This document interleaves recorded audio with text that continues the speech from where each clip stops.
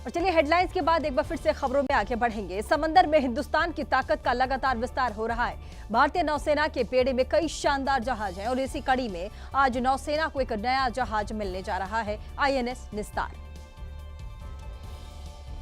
जो एक driving support vessel है। ये गहरे समुद्र में गोताखोरी और रेस्क्यू ऑपरेशन के लिए बनाया गया है।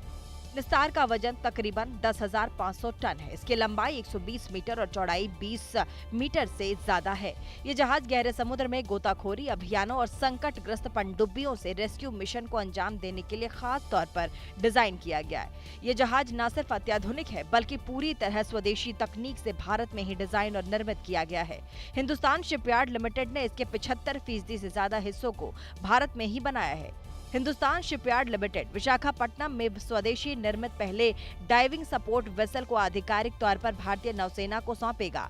इस अवसर पर रक्षा मंत्री राजनाथ सिंह भी उपस्थित रहेंगे। आज से भारतीय नौसेना दुनिया की कुछ चुनिंदा नौसेनाओं की लिस्ट में शामिल हो जाएगा जिनके पास ऐसा डाइविंग सपोर्ट वेसल है। और अब खबर पटना से जो हैरान करने वाली है। पटना के फतुहा रेलवे स्टेशन का एक वीडियो खूब वायरल हो रहा है। इस वायरल वीडियो में देखा गया कि एक बुजुर्ग महिला प्लेटफॉर्म से नीचे गिर गई, लेकिन फिर भी उसकी जान बच गई। देखिए,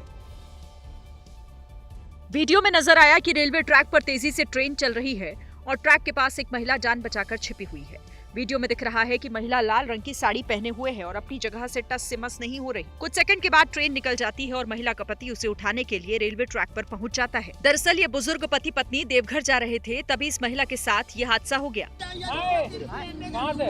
बाबाधाम से बाबाधाम जा रहे हैं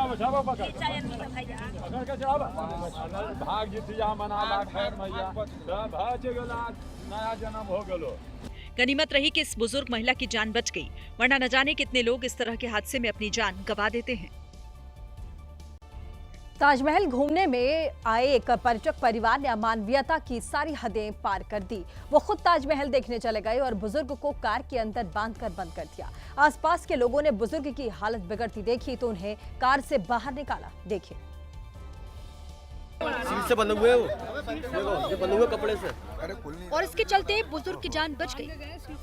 किसी ने कार में बंधे पड़े बुजुर्ग को देखा और उनकी हालत ऐसी देखी तो तुरंत लोगों को बुलाकर कार का शीशा तोड़ा और फिर एक मददगार ने कार के अंदर जाकर डोर खोला।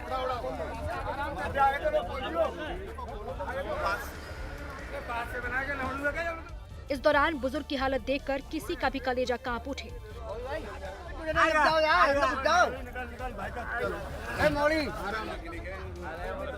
लोगों ने पूरी एहतियात के साथ बुजुर्ग को कार से बाहर निकाला और तुरंत नजदीकी अस्पताल भेजा।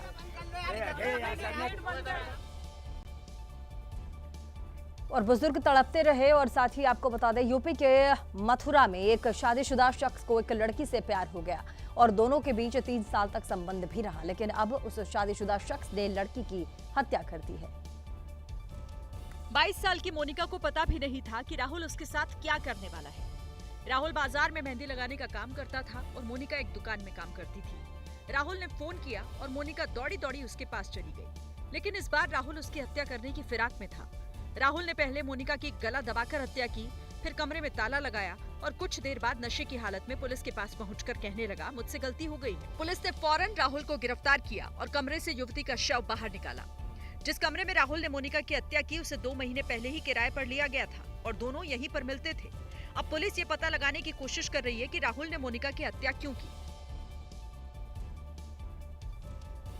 और यूपी की बांदा पुलिस ने लूटपाट करने वाले गिरोह को पकड़ा है। इस गिरोह में एक महिला भी है जो कि प्रेम जाल में फंसाकर शिकार तलाशा करती थी। देखिए, इस गिरोह ने दयाराम नाम के जिस शख्स को शिकार बनाया वो कानपुर नगर निगम में सुपरवाइजर के पद पर तैनात है। दयाराम जिस घर में किराए पर रहता था उसी घर में मोना और पिंटू पति पत्नी बनकर रहते थे। यहीं पर मोना ने दयाराम को प्रेम के जाल में फंसाया और उससे पैसे ऐंठने लगी। इसके बाद मोना ने दयाराम को लूटने का प्लान तैयार किया। प्लान के तहत मोना अपने घर फतेहपुर चली गई और वहीं पर दयाराम को फोन करके बुलाया। जैसे ही दयाराम मोना के पास पहुंचा, वहां से ये गिरोह से बंधक बनाकर बांदा ले गया और 15,000 रुपए छीन लिए।